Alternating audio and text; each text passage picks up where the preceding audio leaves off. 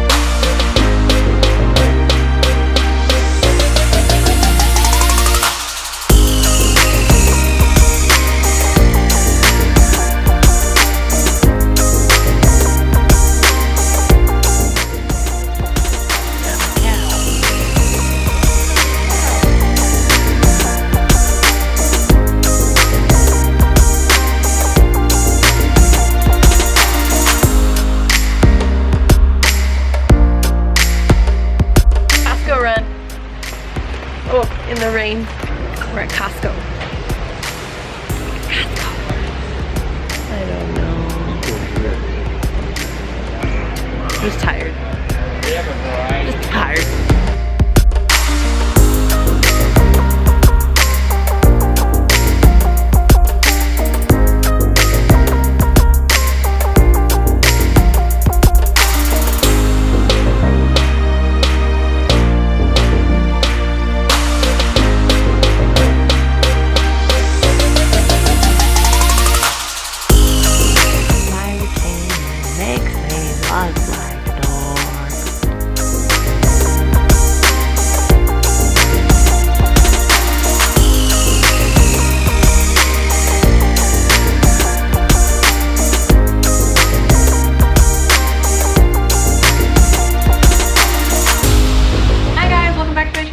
Sorry about the mom bun, but today it's been a day, so that's where we're at.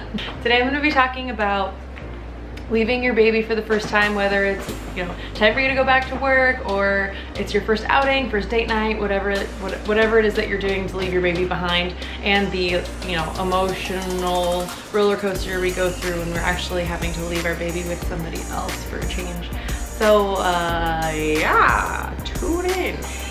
Okay, so my first tip, there's 5 tips, by the way, just in case you're like, when is this gonna be over? There's only 5, so bear with me. Tip number 1 is to start your pumping early. So like maybe 2 weeks in advance, if you know that you're going back to work or something, start like your pumping schedule, just because like figuring out a pump for the first time is a struggle, and you don't want to be doing it like, you don't want to be learning how to pump your first day back at work. Just make sure you have the best equipment you can too. Like the bra that holds the pump up for you is so nice.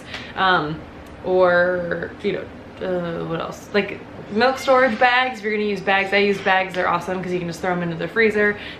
And it also helps too, so like if you start pumping a little bit ahead of time, you'll build up like a milk storage stash, so then you can leave your baby for the first time and already have milk prepared and have it there and ready to go, and not having to worry like if you didn't get enough milk one day. I don't know, it's just nice to kind of have a stash for emergencies too. If you ever overpump and have too much, you can donate your milk.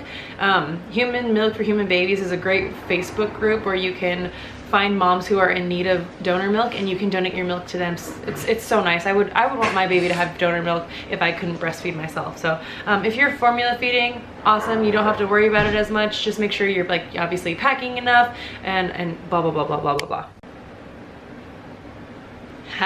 My second tip, especially if you're breastfeeding, is to learn about breast milk care. So freezing it, thawing it, storing it. Also making sure that whoever's going to be watching your baby is informed of how to treat breast milk. You can't shake breast milk, which is a weird thing. You can't shake it, you can't microwave it, you have to slowly warm it up. You can't run it under water that's too hot. You can't there's several things that you have to make sure that you're following proper precautions when it comes to treating breast milk. So just make sure that you're well informing your care provider of, or your nanny or whoever, of how to properly treat the breast milk, and that you also know how to properly treat the breast milk, just because you'll have to educate other people on how to treat it.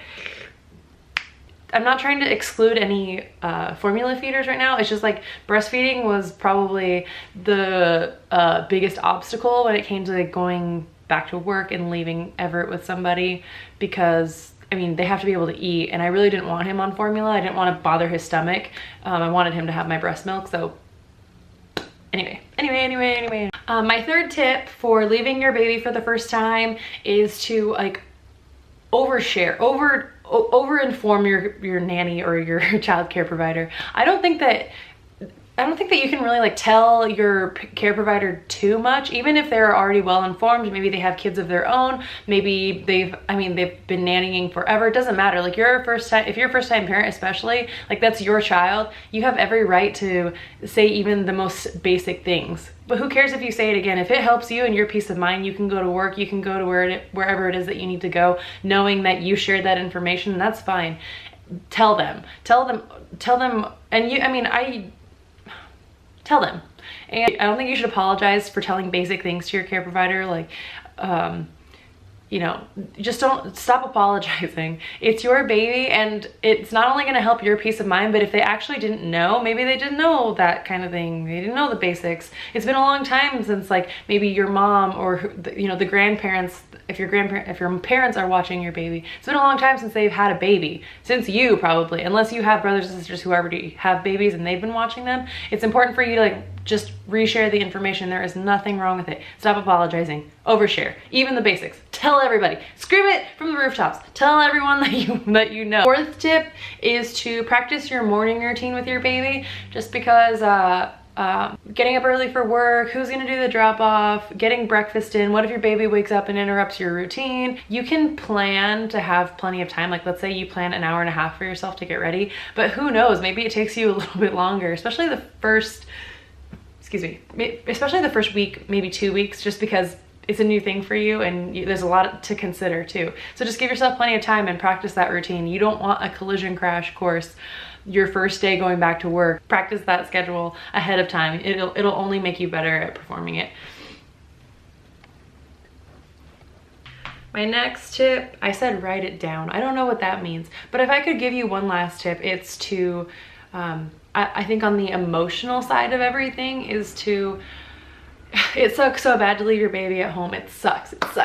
They talk about like baby separation anxiety, how your baby gets separation anxiety later on, but they don't talk about like parental separation anxiety.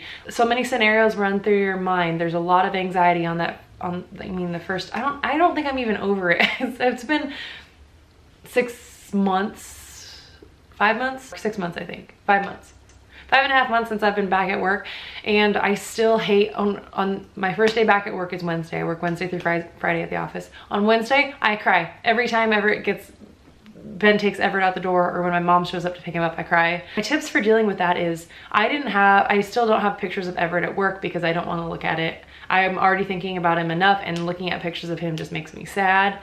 I want to be with him, and it makes me hard to focus on my work too. So if that helps you, then I recommend that. I also recommend that you, what else did I say? Just remember that your baby is going to be happy with whoever is laughing and cooing at them. I mean, it sounds terrible, it sounds so bad, but your baby probably won't notice that you're gone. Make sure you choose a great care provider so you can leave them in trust. I have the best care provider, my friend Tiffany. I love her so much. She has amazing daughters, is an amazing parent, an amazing friend, just all around, all the good words associated with humans. She's warm and motherly and kind, just has such a good heart. You can see it, just like she radiates it. I'm so lucky to have her. Pick a good care provider so that you know that your baby is being loved while you're gone. Your time away from your baby is also going to help you appreciate the time that you are with your baby. So once you get home, you're so happy to see your baby, you're gonna cherish that nighttime routine. It becomes kind of like a ritual. For me, it's really motivating knowing that Everett's going to grow up having a season pass every winter, and he's going to be able to have a dirt bike, and he's going to be able to bring his friends over to the house and be proud of his house. You know, I work towards those things so that I know that he's going to have a good life and be proud of his situation. And you know, having all these experiences, like soccer and club sports like that, are not cheap. So you want to be able to provide your child with those experiences, and work provides money, money provides that kind of life. So help it, let it motivate you. Don't resent your work. Your work should motivate you to realize that it's providing you in your babies with good life.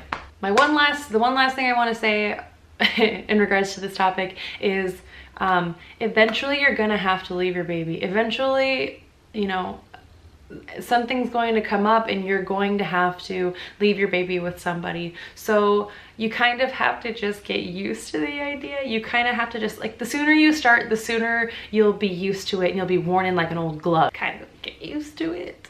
It sounds so bad, doesn't it? But you kind of have to. I know, it sucks. 1, 2, 3, 4, 5. Yeah, those are my top 5 tips for parents that are going back to work, moms that are going back to work, dealing with the emotional side of things. And yeah, I wish I could give you guys more. I wish I could give you like a hug. If you're like dealing with this right now, I just remember, it just still sucks. It still sucks, but remember that first day.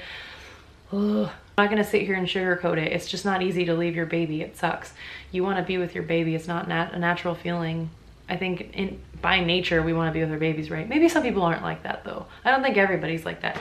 You're a good mom. You're an awesome mom. You're an awesome mom for going back to work. You're an awesome mom if you're staying home and taking care of your baby. I mean, everything is hard. Everything that has to do with your family and wanting to be good at taking care of your family is hard. And I just commend all of you for whatever it is, whatever decisions you make to provide for your family. I mean, it's not easy. I know you're making sacrifices out there. Anyway, that's it for this video. Thank you guys so much for watching and tuning in. I really appreciate it. Why do I have such a hard time closing these things out? Yeah. Thanks for watching, guys. Your support means everything to me, and I'll see you next week. Thanks.